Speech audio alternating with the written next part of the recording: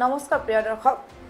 গোলাপগঞ্জৰ টুকেৰাছৰা গাঁৱত অব্যাহত গংগাধৰ নৈৰ ব্যাপক গৰাখহনীয়াৰ কবলত যোৱা ৩টা মাহত ৭০-৮০টাকৈ পৰিয়াল গৃহহীন হোৱাৰ লগতে শ বিঘা কৃষিভূমি যায় গংগাধৰ নৈৰ বুকুত কিন্তু কোনো কাণ খাৰ নাই চৰকাৰ কিংবা জনপ্ৰতিনিধিৰ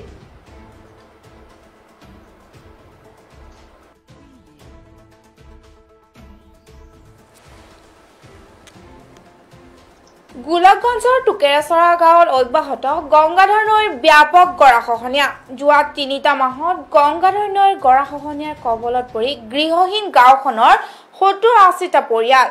শ বিঘা কৃষিভূমি যায় গংগাধৰ নৈৰ প্ৰবল গৰাখহনীয়া এনে প্ৰবল গৰাখহনীয়াৰ কবলত পৰা ৰাইজৰ প্ৰবল দাবীত গোলাপগঞ্জৰ বিধায়ক অশ্বিনী ৰায় চৰকাৰ জিলা উপায়ুক্ত সহ জিলা প্ৰশাসনৰ উচ্চ পদস্থ বিষয়া দুমাহ পূৰ্বে উপস্থিত হয় গাঁওখনত শীঘ্ৰেই গৰাখহনীয়া ৰোধ কৰাৰ ব্যৱস্থা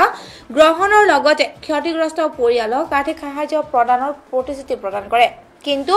আজি ২টা মাহ অতিক্ৰম কৰাৰ পিছত কোনো গুৰুত্ব আৰোপ নকৰা অভিযোগ ভুক্তভোগী পৰিয়ালৰ গংগাধৰ গৰাখহনীয়াত নিজৰ সৰ্বস্ব হেৰুৱাৰ পিছত চৰকাৰৰ পৰা কোনো আৰ্থিক সাহায্য নাপাই অপৰিসীম সমস্যাৰ সন্মুখীন হ'ব লগা হৈছে ভুক্তভোগী ৰাইজে উত্তৰ টুকেৰাছৰা পাৰ্ট 1 স্যার বহুদিন ধরে নদী ভাঙি আছে আমি সরকারের কাছে বহুতবার গৈছো গাড়ি রিজার্ভ করে গৈছো ধারাসারে বরষুণ দি আছে 2 মাহৰ পৰা ইমান মানে দুটে গাঁও ভাঙি লল সরকারে আহি চাই চিঠি কি চাই গল বলে আমি কিবা ব্যবস্থা কৰিম আজি 1 মাহ হল একো ব্যবস্থা কৰা নাই বিধায়ক মহোদয় আহিছিল নেকি বিধায়ক মহোদয় আহিছে মানে ওপৰৰ পৰা ডিসি আহিছে ডিসি তৰফৰ পৰা মানুহ আহিছে চাইছে গোটাইখিনি চাই চিতি কি গৈছে ইমান দুখীয়া মানুহ মানে থাকিবলৈ ঠাই নাই ঘৰবাৰী ভাঙি গৈছে মানে ৰাস্তাতে ঘৰবাৰী আছে আজি পৰ্যন্ত একো সাহায্য কৰা নাই স্যাৰ ভাঙি গৈছে আমৰা বাটত বসবাস কৰি আছো একো আমাৰ মাটি নাই সুবিধা একো পোৱা নাই সৰকাৰ আসি দেখি গৈছে একো আমাৰ ব্যৱস্থা লোৱা নাই যিখিনি 100 ঘৰ আমাৰ ভাঙি